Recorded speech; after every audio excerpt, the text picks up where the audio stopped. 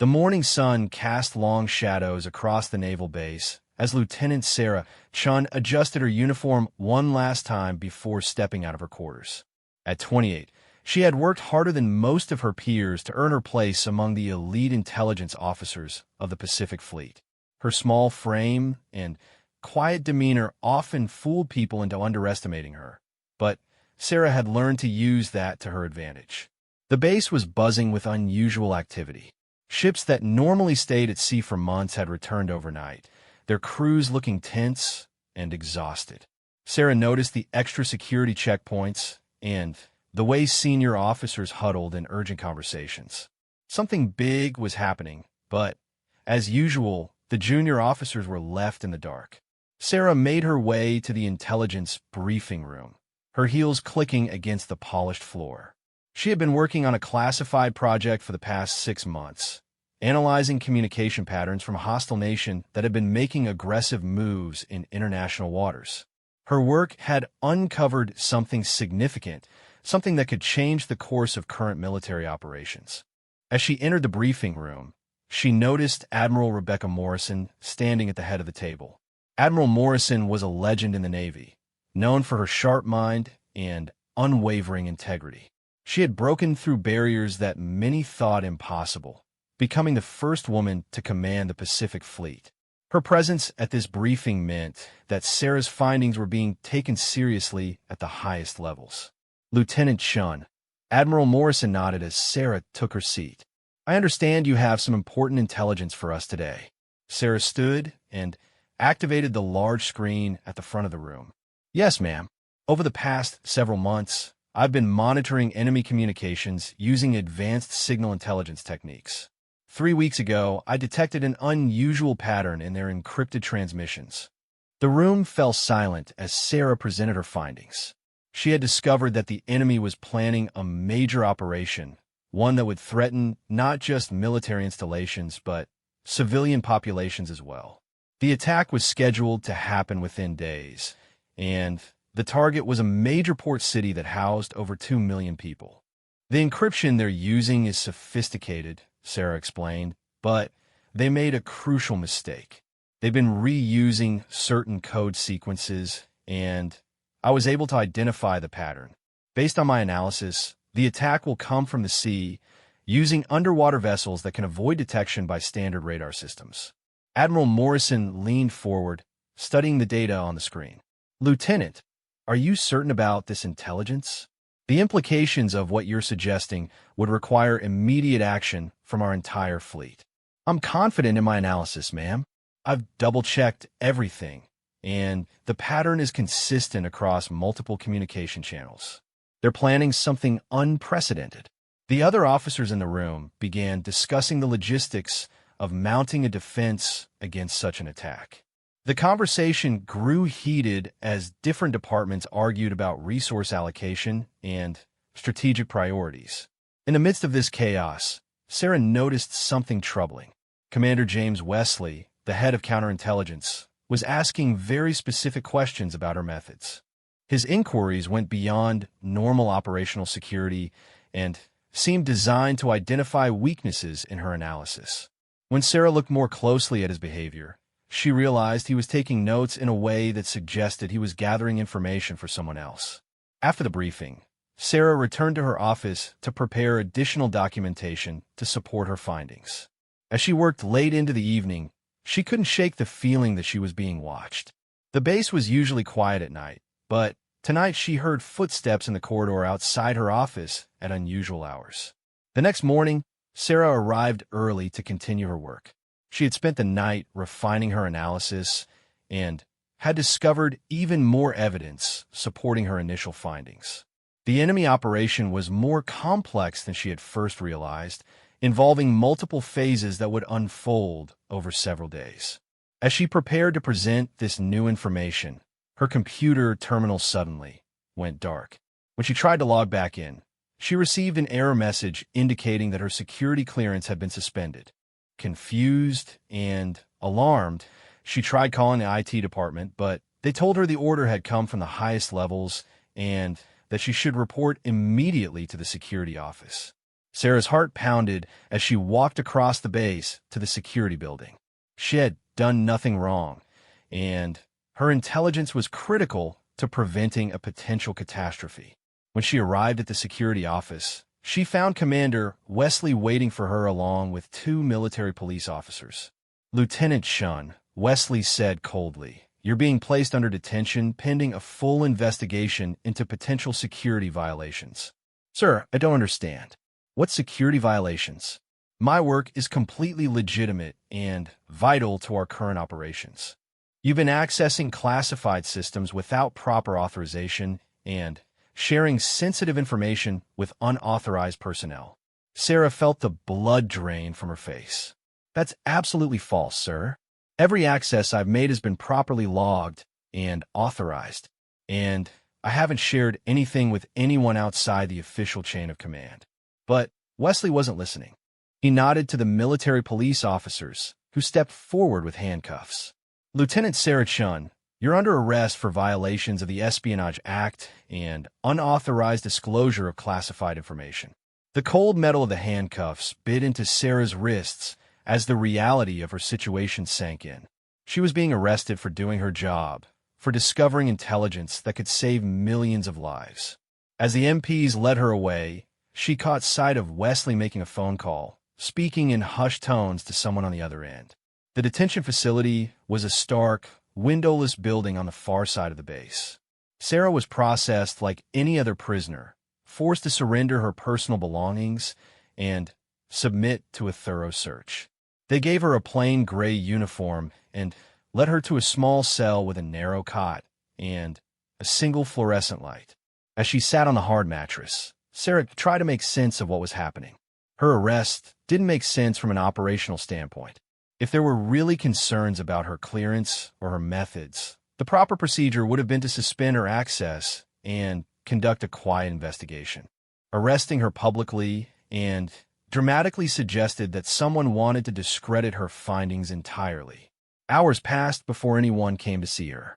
When the door finally opened, it wasn't an investigator or a lawyer, but Commander Wesley himself. He entered the cell with a satisfied smirk, clearly enjoying his position of power over her. "I hope you're comfortable, Lieutenant.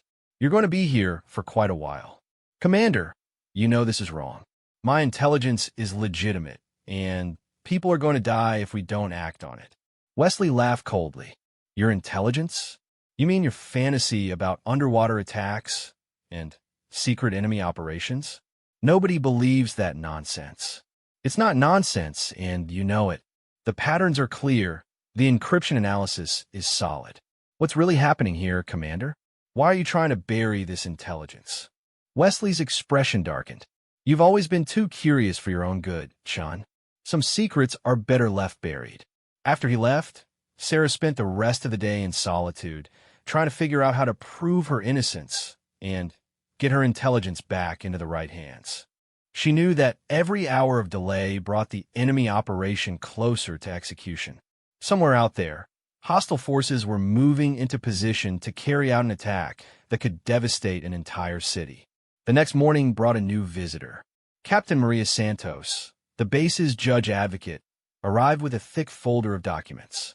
Santos had a reputation for fairness and thorough investigation, which gave Sarah a glimmer of hope.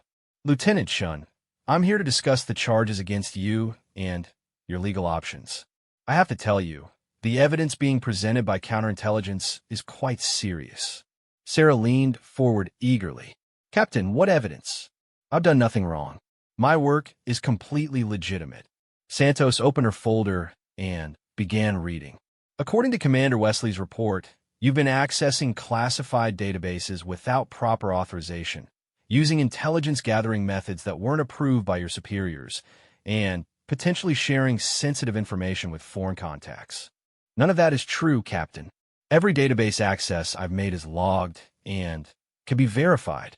My methods were approved by my direct supervisor, and I've never had contact with any foreign nationals in connection with this work." Commander Wesley claims to have evidence of unauthorized communications and suspicious patterns in your computer usage. Sarah felt a chill run down her spine. If Wesley was fabricating evidence against her, The situation was even worse than she had imagined. "Captain, I need you to look at my actual work product. The intelligence I've gathered is critical. There's going to be an attack on a civilian target within days, and we're the only ones who can prevent it." Santos made notes in her folder, but didn't seem convinced. "Lieutenant, I understand you believe your work is important, but right now we need to focus on these serious allegations against you. The charges carry potential prison time of up to 20 years. After Santos left, Sarah felt the weight of hopelessness settling over her. She was trapped in a system that seemed designed to ignore the truth and protect those in power. Her cell felt smaller with each passing hour, and she couldn't stop thinking about the innocent people who would suffer if her intelligence was ignored. That evening, as Sarah lay on her narrow cot staring at the ceiling, she heard unusual activity outside the detention facility. Vehicles were moving around the base, and she could hear the distant sound of ships' engines starting up. Something was happening, something big enough to mobilize significant naval resources. A young guard named Petty Officer Johnson brought her dinner tray. Johnson was new to the base and seemed uncomfortable with his assignment, guarding a fellow service member. As he set down the tray, he whispered quietly, "Ma'am, there's something strange going on. Half the fleet just received emergency deployment orders." Sarah's heart raced. "Do you know where they're going?" Johnson glanced around nervously before responding. "I heard something about protecting the harbor approaches to San Francisco. Seems like there's some kind of threat from underwater vessels." Sarah felt a mix of vindication and terror. Her intelligence had been accurate, and now the fleet was scrambling to respond to the very threat she had identified. But if they were reacting based on incomplete information, they might not be prepared for the full scope of the enemy operation. "Petty Officer Johnson, I need to get word to Admiral Morrison. The intelligence I gathered contains critical details about this operation that aren't in any other reports." Johnson shook his head sadly. "I'm sorry, ma'am, but I can't do that. I'd lose my rating and probably end up in the cell next to yours." As Johnson left, Sarah felt the full weight of her powerlessness. She had the information that could save lives, but she was locked away where no one could hear her. The enemy operation was unfolding exactly as she had predicted, but the response was based on incomplete intelligence. She spent the night listening to the sounds of preparation echoing across the base. Ships were leaving port, aircraft were taking off, and personnel were moving with the urgency that comes with imminent combat operations.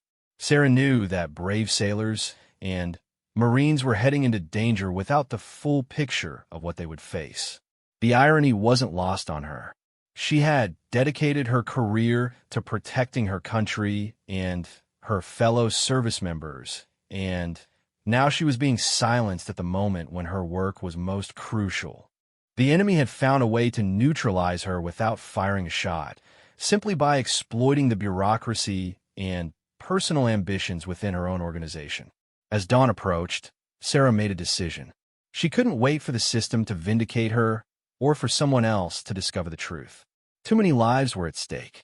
She began planning her next move, knowing that her only chance to save her fellow service members and innocent civilians was to somehow get her intelligence to Admiral Morrison directly. The sound of boots in the corridor interrupted her thoughts. Multiple sets of footsteps were approaching her cell, moving with purpose. Sarah stood and smoothed her uniform, preparing herself for whatever was coming next. She had no idea that the next few minutes would change everything, or that Admiral Morrison was about to learn the truth about her imprisonment in a way that would shake the entire command structure. The footsteps stopped outside her cell door, and Sarah heard the sound of keys jingling. Whatever was about to happen, she was determined to use every second to fight for the truth and for the lives that hung in the balance. Her career might be over, but her duty to her country and her fellow service members was far from finished. Admiral Rebecca Morrison stood on the bridge of the USS Leviathan, her flagship, watching the pre-dawn darkness through the reinforced windows. The emergency deployment had been rushed, based on fragmentary intelligence about a potential underwater threat to the San Francisco Bay Area. Something about the whole situation felt wrong to her experienced instincts. The intelligence briefing she had received was vague and incomplete, lacking the detailed analysis she had come to expect from Lieutenant Chen's work. Morrison had specifically requested that Chun be included in the operational planning, but she had been told that the lieutenant was unavailable due to a security investigation. Admiral, her aide, Commander Patricia Hayes, approached with a concerned expression. I've been trying to get more detailed intelligence from the base, but I'm getting conflicting information. Some sources say Lieutenant Chun discovered critical intelligence about the enemy operation, while others claim she's been arrested for security violations. Morrison frowned. In her 30 years of naval service, she had developed an ability to read people and situations that rarely led her astray. Lieutenant Chun was one of the most talented intelligence officers she had ever worked with, meticulous in her methods and absolutely loyal to the service. The idea that Chun would compromise security was absurd. Give me a secure line to the base. I want to speak with Lieutenant Chun directly. Ma'am, I've tried that. Commander Wesley's office says she's being held in detention and can't be reached. Morrison's frown deepened. Wesley had always struck her as more concerned with politics and personal advancement than with the mission. If he was blocking access to Chun during a critical operation, there had to be more to the story. The tactical situation was developing rapidly. Sonar contacts had been detected approaching the bay, moving in patterns that suggested coordination and hostile intent. The fleet was deploying to intercept, but Morrison felt like she was fighting blind without the detailed intelligence analysis that Chun would normally provide. Admiral, the communications officer, called out, "We're receiving fragmentary reports from our underwater sensors. The contacts are using some kind of advanced stealth technology. Our standard detection methods are having limited effectiveness." Morrison studied the tactical display, noting the gaps in their coverage. This matches what Lieutenant Chun described in her preliminary briefing. She mentioned that the enemy had developed new underwater capabilities. Commander Hayes nodded grimly. Ma'am, if Chen's analysis was correct, we might be facing a much larger operation than the current intelligence suggests. Signal the fleet. I'm returning to base immediately to resolve this intelligence situation. Captain Rodriguez can continue coordinating the harbor defense from the USS Constitution. The helicopter ride back to the base took 20 minutes, but it felt like hours to Morrison. Every minute of delay could cost lives, both military and civilian. If Chun had critical intelligence that was being suppressed, the Admiral was determined to get to the bottom of it immediately. Upon landing at the base, Morrison went directly to the intelligence center. She found the department in chaos, with analysts working frantically to piece together incomplete information about the enemy operation.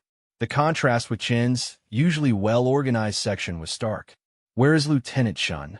Morrison demanded as she entered the main analysis room. The senior analyst, Major David Kim, looked up nervously. Admiral, Lieutenant Chun has been detained by counterintelligence. Commander Wesley's office has classified the matter as highly sensitive. On whose authority? Commander Wesley's, ma'am. He claims to have evidence of security violations. Morrison had heard enough. She strode out of the intelligence center and headed directly to the security building. Her aides struggled to keep pace as the Admiral moved with the determination that had made her legendary throughout the fleet. The security building was normally a quiet administrative facility, but today it was buzzing with activity. Morrison noticed several counterintelligence personnel moving around with unusual urgency, as if they were trying to complete some kind of damage control operation. She found Commander Wesley in his office, on the phone with someone he clearly didn't want to be interrupted while speaking to. When he saw Morrison through his glass door, his face went pale, and he quickly ended the call. Admiral Morrison, Wesley said as she entered his office, I wasn't expecting you back from the operation so soon. Commander, I need to speak with Lieutenant Chun immediately. Her intelligence analysis is critical to the current operation. Wesley shifted uncomfortably in his chair. Ma'am, I'm afraid that's not possible. Lieutenant Chun has been arrested on serious charges related to unauthorized disclosure of classified information. What specific charges? Violations of the Espionage Act, unauthorized access to classified systems, and potential contact with foreign agents. Morrison studied Wesley's face carefully. In her experience, when people were lying, they tended to provide too much detail and avoid direct eye contact. Wesley was displaying both behaviors. I want to see the evidence supporting these charges. Admiral, with respect, that information is compartmentalized and available only to those with specific counterintelligence clearances. Morrison's voice turned cold. Commander, I'm the commanding officer of this fleet, and I'm ordering you to provide me with the evidence against Lieutenant Chun.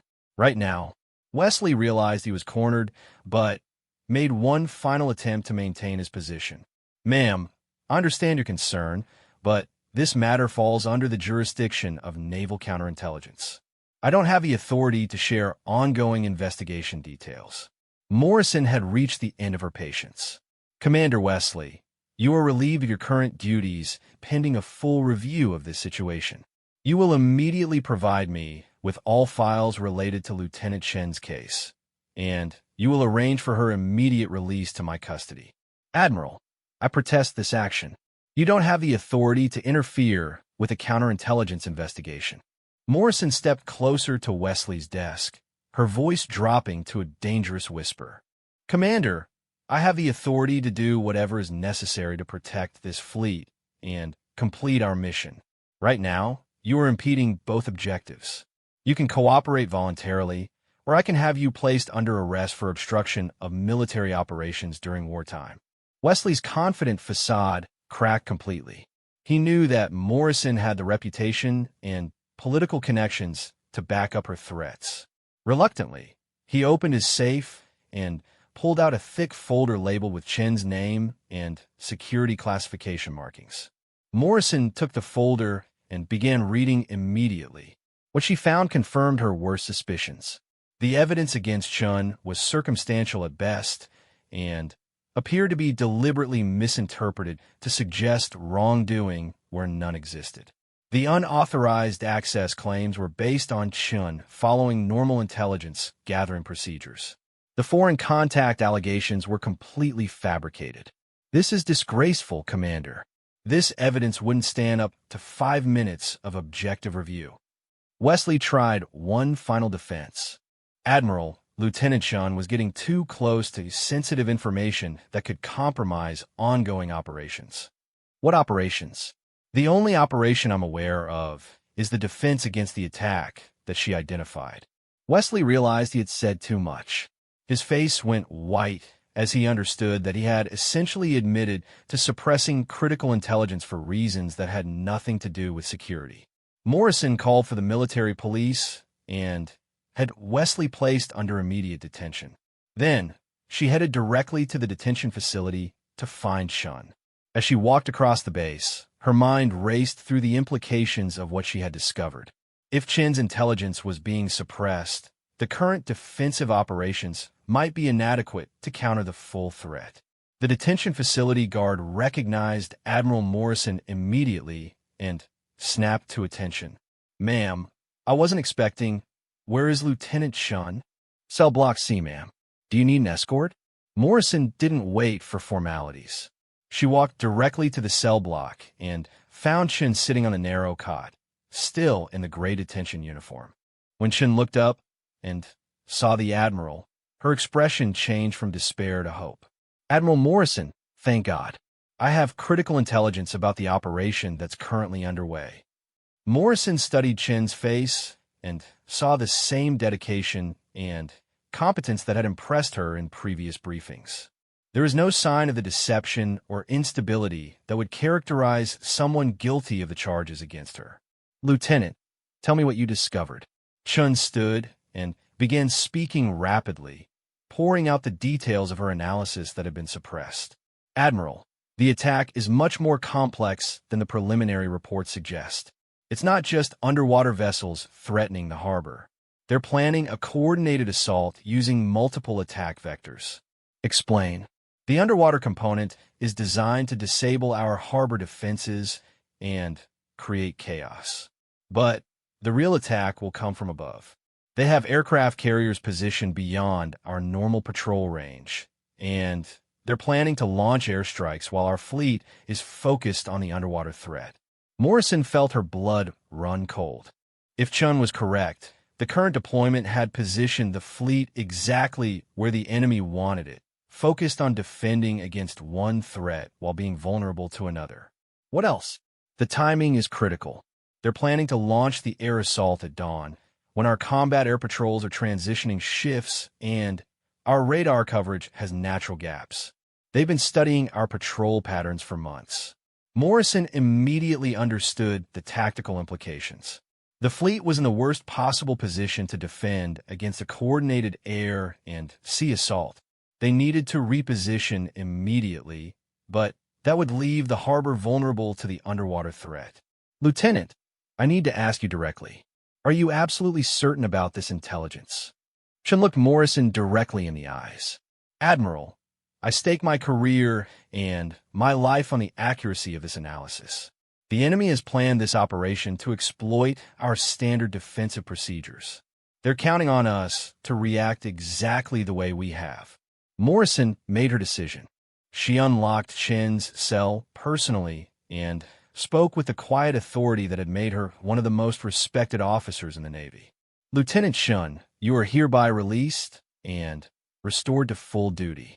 I'm ordering you to accompany me back to the fleet immediately to coordinate our defensive response. As they left the detention facility together, Chun felt a surge of relief and determination. Admiral, there's one more thing. Commander Wesley was asking very specific questions about my methods and sources. I think he might have been feeding information to someone outside the normal chain of command. Morrison nodded grimly. We'll deal with that after we handle the immediate threat. Right now, I need you to brief the fleet commanders on your complete analysis. The helicopter flight back to the USS Leviathan gave Chun time to organize her thoughts and prepare a comprehensive briefing. As they flew over the bay, she could see the naval formations positioned to intercept the underwater threat, exactly where her analysis had predicted the enemy wanted them. When they landed on the flagship, Morrison immediately convened an emergency conference of all ship commanders. Chun presented her intelligence in clear, concise terms, explaining the complex enemy operation and the inadequacy of the current defensive position. Captain Rodriguez, commanding the USS Constitution, was the first to speak. Lieutenant, if your analysis is correct, we have less than 2 hours before the air assault begins. That's barely enough time to reposition the fleet. Chun nodded. The enemy has timed this perfectly, sir. They've studied our procedures and positioned us exactly where they want us. But we do have one advantage they don't expect. What's that? Morrison asked. They don't know that we've uncovered the full scope of their operation. They're expecting us to react to the underwater threat in a predictable way. If we can coordinate a response that addresses both threats simultaneously, we can turn their own planning against them. Morrison studied the tactical display, seeing the situation with new clarity thanks to Chen's intelligence. Lieutenant, what do you recommend? Chun moved to the display and began outlining a complex defensive strategy that would use the enemy's expectations against them. Her plan was audacious and would require precise timing and coordination, but it offered the best chance to protect both the fleet and the civilian population. As the commanders began implementing Chen's recommendations, Morrison reflected on how close they had come to disaster. Without Chen's intelligence, the fleet would have been caught completely off guard by the air assault. The suppression of her analysis hadn't just been a bureaucratic failure. It had been a near-catastrophic breakdown of the intelligence system. The next few hours would determine whether Chen's analysis and the fleet's response would be enough to counter the most sophisticated enemy operation any of them had ever faced. But for the first time since the crisis began, Morrison felt confident that they had the intelligence and the strategy to prevail. The command center of the USS Leviathan hummed with intense activity as Lieutenant Sarah Chun worked alongside Admiral Morrison and the fleet's senior officers to implement the defensive strategy. Every screen displayed critical information about enemy movements, friendly force positions, and the complex timing required to execute their counterstrike. Chun stood at the main tactical display, her hands moving quickly across the interface as she tracked multiple streams of intelligence data. The gray detention uniform had been replaced with her proper naval uniform, and her security clearance had been fully restored. More importantly, her expertise was finally being utilized to its full potential. Admiral, Chin reported, enemy submarines are moving into their final attack positions. Based on the communication intercepts, they'll begin their assault on the harbor defenses in approximately 90 minutes. Morrison nodded, studying the positions of her own forces. And the air component? The enemy carriers are launching aircraft now. They're maintaining radio silence, but our satellite tracking shows approximately 60 aircraft in the first wave. They'll reach the harbor area just as the submarine attack peaks. Captain Rodriguez, participating via secure video link from the USS Constitution, spoke from his position closer to the harbor. Admiral, if we reposition to counter the air threat, the submarines will have clear access to the civilian areas. This was the critical challenge that Chin's analysis had revealed. The enemy had designed their operation to force the defenders into an impossible choice: protect the fleet from air attack or protect the civilian population from submarine assault. But not both. Chin leaned over the display, pointing to specific coordinates. Sir, there's a way to counter both threats, but it requires precise timing and unconventional tactics. Admiral Morrison moved closer to examine Chin's proposal. Explain your recommendation, Lieutenant. The enemy's plan depends on our predictable response patterns. They expect us to either concentrate on harbor defense or fleet air defense. Instead, we can use their own coordination against them. Chin activated a simulation on the tactical display, showing the movements of both friendly and enemy forces. The submarine attack is designed to begin exactly when our attention is focused on the incoming airstrike. But if we can trigger the submarine attack early before the airstrike arrives, we can deal with each threat separately. How do we trigger the submarine attack early? Captain Rodriguez asked. Chin's fingers flew over the controls, highlighting specific areas on the map. We make them think their airstrike has already begun.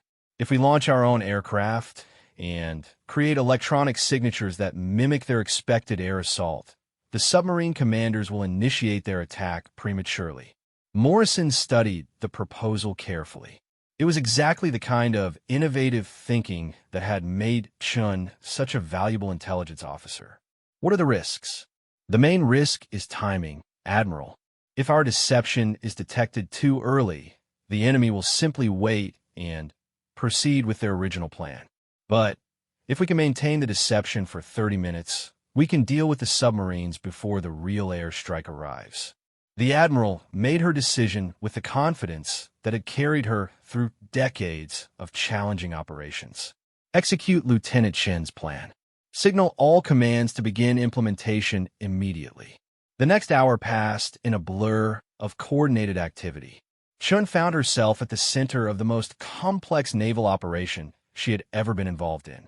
Her role had evolved from analyst to tactical coordinator, helping to orchestrate the precise timing required to make the deception work. The first phase of the operation began with the launch of electronic warfare aircraft that created false signatures mimicking the expected enemy airstrike. Chun monitored the enemy communications carefully, watching for signs that the submarine commanders were responding to the apparent threat. Admiral, we're getting increased chatter from the submarine force. They're requesting confirmation about the air strike timing. Morrison stood behind Chun, watching the intelligence data stream across the screens. Are they buying the deception? Partiali, Mom. Two of the submarine commanders are asking for clarification, but the third seems to be moving into attack position. The tension in the command center was palpable as everyone waited to see whether the enemy would take the bait. Chun continued monitoring the communications while coordinating with the electronic warfare teams to maintain the deception. Suddenly, underwater explosions lit up the sonar displays. Admiral, the submarines have initiated their attack. They're firing on the harbor defense installations. Morrison smiled grimly. Phase 2. All units, engage the submarine force with full intensity. We have a narrow window before the real airstrike arrives. The harbor erupted in activity as anti-submarine warfare units converged on the enemy positions. Chun tracked the engagement through multiple intelligence sources, coordinating updates to the tactical picture as new information became available. 3 enemy submarines confirmed. 2 are engaged by our forces. 1 is attempting to break contact and retreat. Don't let it escape, Morrison ordered. That submarine could provide intelligence about our tactics to enemy command. Chun worked with the ASW coordinators to vector additional assets toward the fleeing submarine. Her intelligence background proved invaluable in predicting the enemy commander's likely escape routes based on their communications patterns and previous operations. 20 minutes later, all 3 enemy submarines had been destroyed or captured. The harbor defenses were damaged, but still functional, and no civilian casualties had been reported. But Chen knew the most difficult part of the operation was just beginning. Admiral, the real airstrike is now 40 minutes out. The enemy will know their submarine attack failed, so they may modify their approach. Morrison nodded. What do you anticipate? Chen studied the latest intelligence updates, analyzing the enemy's remaining options. They have 2 choices, ma'am. They can proceed with the original airstrike plan and hope to overwhelm our defenses, or they can abort the operation and preserve their aircraft for another opportunity. Which is more likely? Based on their communication patterns and previous operations, I believe they'll proceed with the attack. They've invested too much in this operation to abort now, but they'll probably concentrate their forces and try for a decisive blow rather than the distributed attack they originally planned. Morrison began repositioning the fleet to counter the modified threat. Chen's analysis proved accurate when updated intelligence showed the enemy aircraft forming into a single, concentrated formation aimed directly at the naval base and harbor facilities. The air battle that followed was intense, but brief. With advance warning and proper positioning, the fleet's air defenses proved effective against the concentrated attack. Chun continued providing intelligence updates throughout the engagement, helping to coordinate the defensive response. When the last enemy aircraft was either shot down or driven off, the command center erupted in cheers. The most sophisticated enemy operation in recent memory had been completely thwarted, thanks largely to Chen's intelligence analysis and innovative tactical recommendations. Admiral Morrison walked over to Chun, who was still monitoring communications for signs of additional enemy activity. Lieutenant, your work today saved countless lives, both military and civilian. Chun looked up from her console, feeling a mixture of pride and exhaustion. Thank you, ma'am. I'm just glad we were able to get the intelligence to the right people in time. About that, Morrison's expression grew serious. I've initiated a full investigation into Commander Wesley's actions and the attempted suppression of your intelligence. What he did wasn't just incompetent, it was potentially treasonous. Over the following days, the investigation revealed the full scope of Wesley's misconduct. He had been receiving payments from foreign agents in exchange for suppressing or delaying critical intelligence reports. His arrest of Chun hadn't been based on security concerns. It had been an attempt to prevent her from exposing an enemy operation that he had been paid to protect. Chun found herself testifying before a military tribunal about her analysis methods and the attempts to suppress her findings. The contrast between her professional competence and Wesley's corruption was stark, leading to his conviction on multiple charges of treason and espionage. The successful defense operation became a case study taught at naval academies and intelligence schools. Chen's innovative analysis methods and the tactical deception that turned the enemy's plan against them were studied as examples of how intelligence and operations could work together to achieve victory against superior forces. 6 months later, Chen stood in Admiral Morrison's office for what had become a regular intelligence briefing. But this time, the meeting had a different purpose. Morrison was holding a set of promotion orders and a new assignment. Lieutenant Commander Chen, Morrison said, using Chen's new rank, you're being assigned to head the Pacific Fleet's Intelligence Fusion Center. Your job will be to ensure that what happened with Commander Wesley never happens again. Chen accepted the promotion with a mixture of pride and determination. Admiral, I won't let you down. I know you won't. But I have one more thing for you. Morrison handed Chen a small box containing the Navy Commendation Medal with Combat V device. This is for exceptional service in the face of adversity and for tactical innovation that directly contributed to mission success. As Chen pinned the medal to her uniform, she reflected on the journey that had brought her to this moment. From the detention cell, where she had felt powerless to help her fellow service members, to the command center where her expertise had made the difference between victory and catastrophe. The experience had taught her valuable lessons about the importance of integrity in intelligence work and the need to fight for the truth even when powerful people opposed it. She had learned that competence and dedication would ultimately prevail over corruption and self-interest, but only if brave people were willing to take risks to do what was right. In her new position, Chen implemented reforms that ensured intelligence analysts had direct access to senior commanders, bypassing the potential for suppression by ambitious or corrupt middle management. She established protocols for verifying the integrity of intelligence reports and created secure channels for analysts to report concerns about interference with their work.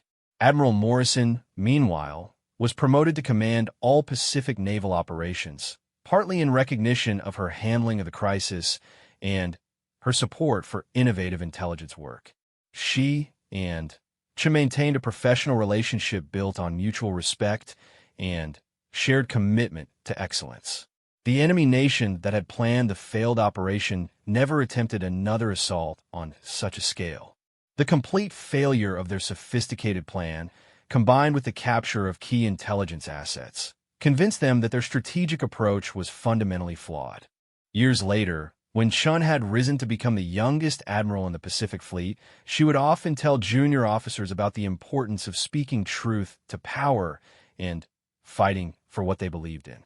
She would describe how a single intelligence analyst, working with dedicated leaders, could change the outcome of entire operations. The story became legendary within naval intelligence circles, not just for the tactical innovation it demonstrated, but for the lesson it taught about the importance of integrity and moral courage. Chen's example inspired a generation of intelligence officers to maintain the highest standards of professionalism, even when facing pressure from superiors or threats to their careers. The handcuffs that had once symbolized her powerlessness became, in the retelling of the story, a symbol of how the truth could not be permanently suppressed. No matter how powerful the forces arrayed against it, dedication to duty and competent analysis would ultimately prevail. Admiral Chen never forgot the feeling of sitting in that detention cell, knowing that lives hung in the balance while she was powerless to act. That memory drove her to ensure that future intelligence officers would never face the same situation and that the vital intelligence they gathered would always reach the decision-makers who needed it. The failed enemy operation marked a turning point in naval intelligence operations, leading to reforms that strengthened both the quality and the integrity of intelligence analysis. Chen's career became a testament to the idea that individual excellence and moral courage could overcome institutional failures and personal corruption. In the end, the true victory wasn't just the successful defense against enemy attack, but the transformation of the intelligence system that made such attacks far less likely to succeed in the future. The handcuffs had been removed not just from Chen's wrists, but from the entire intelligence apparatus that protected the nation's interests.